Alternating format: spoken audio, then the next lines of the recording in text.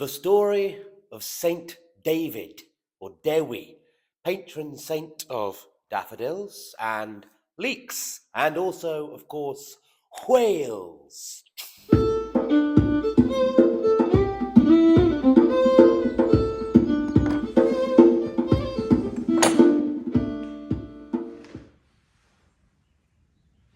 Welcome back, my friends, to this series of videos on the various legends of the saints of these islands. So in this series of videos, I'm looking at the classical hagiographies and stories and miracle stories and legends and trying to see if there's any resonance or crossover with pre-Christian religion or later Celtic folklore or contemporary paganism and see if there's any parallels or syncretisms there at all. So Saint David was born 1,500 years ago in the 6th century in South Wales, in Pembrokeshire, in a place now associated with him, St. David's, the city of St. David's. So that would make St. David one of the patron saints of these islands that is actually from the place that he's patron saint of. St. Patrick was, of course, British, and St. George, patron saint of England, was, of course, from modern-day Turkey. But St. David, he was Welsh. He was born in a place called the Vale of Roses, Glyn Rosyn. This is a place that has long been associated with a place of power, a spiritual place in pre-Christian religion. There's quite a lot of evidence and archaeology connecting this place with a religious site before the Christian era. It's also said to be the place where about 30 years previously St. Patrick landed and was going to build a monastery there, but was told by an angel that this would be a place associated with St. David. So St. Paddy had to bugger off and build a monastery elsewhere. So that's the sort of time we're in.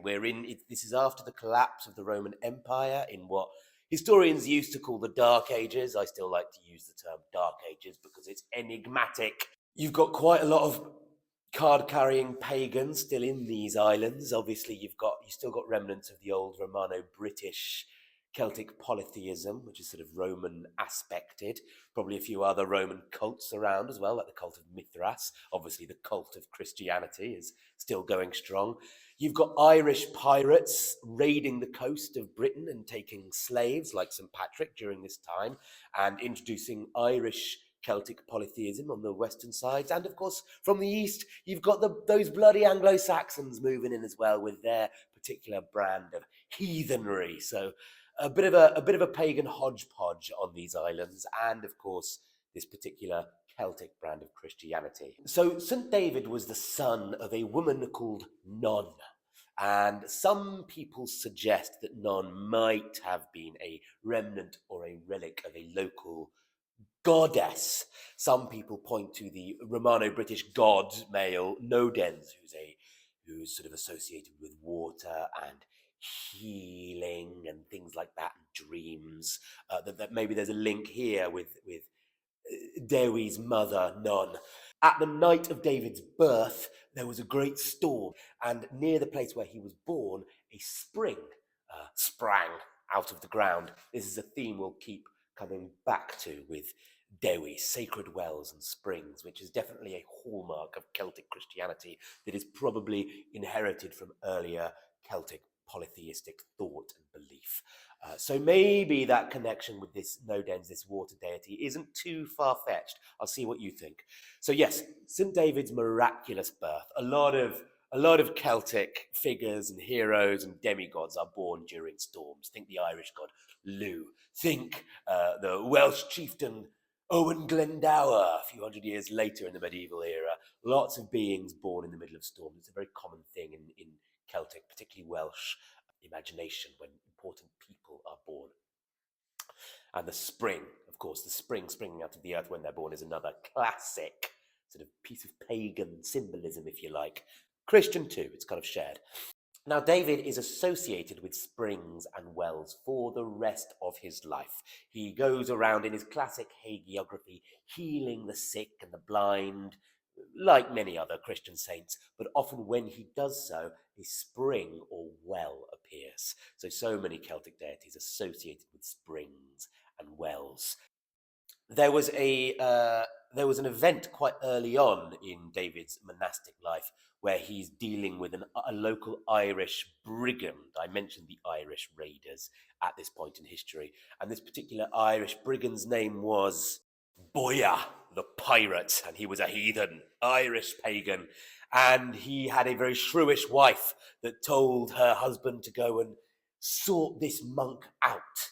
But St. David, when this barbarian approached, managed to soothe him with calm words and actually convert him to Christianity. So obviously his wife was furious and sent her three very, very sexy daughters into the monastery, into St. David's monastery that he founded in Pembrokeshire, and they sort of cavorted around the baptismal font like this one here, and sort of being all saucy and kind of waving their baps around and trying to seduce Dewi and his monks. But he was having none of it, and he managed to kind of waggle his finger at them and tell them they were very naughty, and they suddenly became chaste and converted to Christianity as well.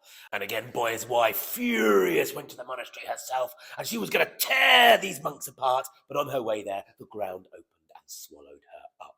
So lots of pre-Christian symbolism in this story. Of course, the triptych of three sisters, the fact that they're trying to tempt Dewi. I immediately think of the temptation of the Buddha under the Bodhi tree by the demon Mara, who's trying to fright him out of his meditations, and then he sends his daughters, Mara's daughters, that kind of cavort and parade themselves around the Bodhi tree, but the Buddha is just still and unmoved. Similar kind of thing going on with Dewi here and the three daughters of the Irish brigand Boya.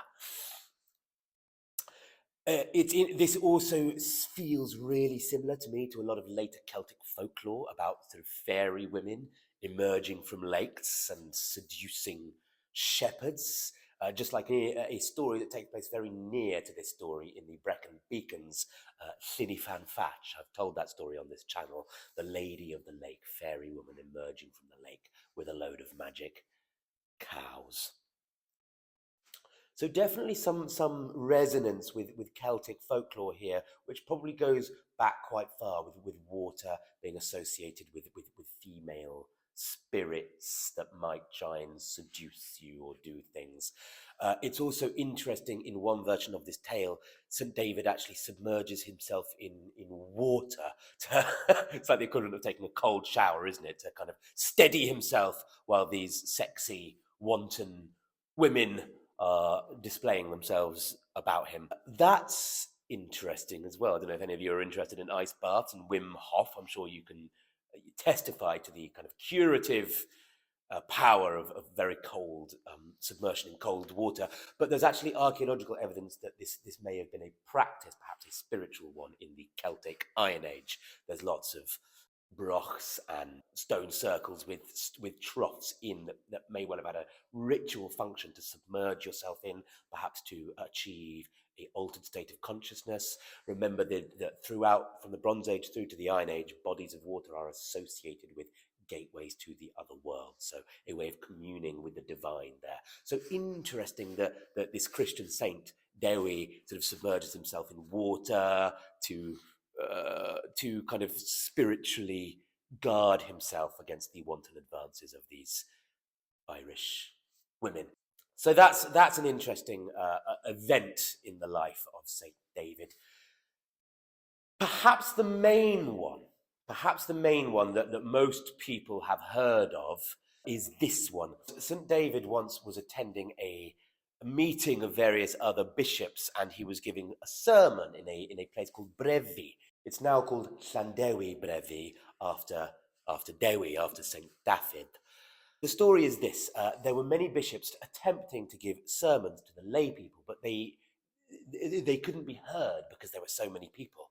So then David starts giving his sermon, and the ground rises beneath his feet, creating a hill. So he had a degree of elevation from which he could give his sermon. And then, descending from on high, the heavens open, and there descends a pigeon that lands on David's shoulder, therefore, signifying that he is the anointed of God. Okay, it wasn't a pigeon, it was a dove. But you could say this could be an example of David's affinity for animals as well. It's probably not. It's a symbolism of the Holy Spirit, really, isn't it? But you could argue that it's another example of David's affinity for animals, which we see throughout the story of his life. This is a common thing with so many saints of Celtic Christianity. They have a fondness for animals. Some of them can even communicate with animals and make them do things. This, I would strongly argue, is a hangover of pre-Christian religion and belief and Celtic polytheism and druidism. So it's also said of David that he wouldn't allow his monks to use oxen. They would have to pull the ploughs themselves. So I didn't even want to. Again, this feels very Buddhist. Of course, they wouldn't eat meat. They only ate water with kind of herbs and things like that. So a very monastic life, a very ascetic life. Again, we can see a connection here with the early Christians, both the Celtic Christians and the Desert Fathers, with more monastic practices in the East, like Buddhism. Obviously, the language will be different. The language of prayer and meditation is different. The language of mystical union with God is different to achieving jhanas or achieving nirvana or whatever other word from those religions you want to use. But I would argue there's a similar thing going on here. And this deep love for animals is, I would argue, a relic of pre-Christian religion. Going back to this magic hill that appeared underneath Dewi's feet as he was giving a sermon, this is really common in loads of folklore and pre-Christian mythology as well.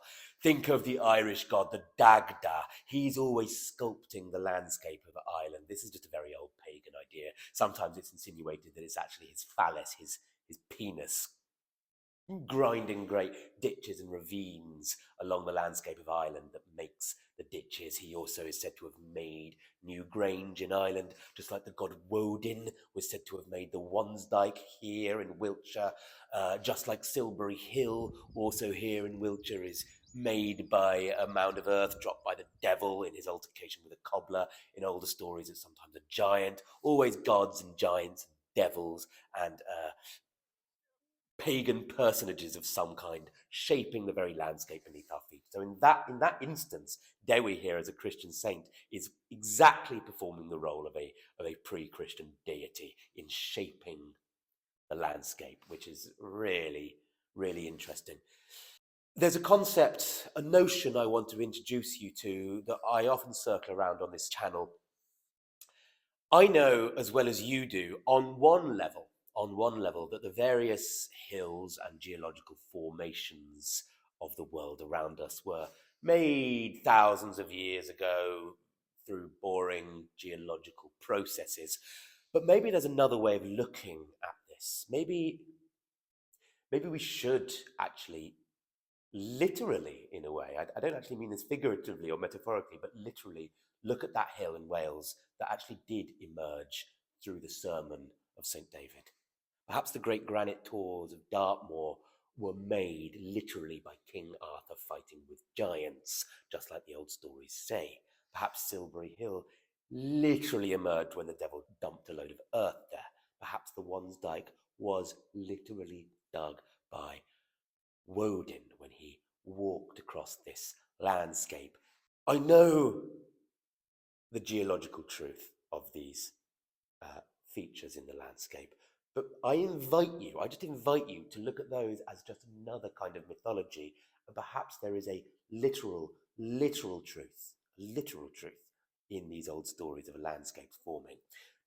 I just invite you to just entertain that idea and walk around, and when you see a shape in the landscape where you know the mythos attached to it, just accept that at face value and see if that does anything to you. See if that does anything to your way of seeing, to your connection to the landscape, to your happiness, to your insight. Just an idea, just an idea. So try and look at the mythos of our landscape as a perfectly equally valid alternative view. Just sometimes, maybe not in your everyday life, not down the pub or at, in polite society, but just privately and personally. Just see what that does. Anyway, just my little idea for you today. So that is, in a nutshell, in a leek, the life of St. David or Dewi. I guess the last thing to say is that on his deathbed, he reportedly said these words: "I will follow the path that my ancestors have trod." Feels quite pagan, that, anyway, doesn't it? "And I ask you to take joy in all the little things." That's a popular phrase in Wales today, in Welsh. Take joy in all the little things. That's wonderful advice, isn't it? Spring is springing all around us. You can see the daffodils emerging. One of David's symbols is the daffodil, possibly because he was said to be born and died around this time of year. Notice all the changes in the land and take joy in all those little things. St. David is also, of course, associated with the leek. It's a very popular symbol of Welsh national identity. Some people say this is from the Welsh longbowmen at the Battle of Crecy during the Hundred Years' War, that were standing in a leek field, raining down arrows on the knights and aristocracy of the French army. Probably another legend, but yes, daffodils, leeks, 1st of March, spring, St. David, all connected. So, St. Dewi, what do you think about these kind of pagan or pre-Christian folkloric resonances in his popular hagiography? If you'd like to know more about the symbolism of daffodils, I'll put that video just here. Or if you'd like to learn more about the legends of the saints, I'll put that series of videos here. See you later.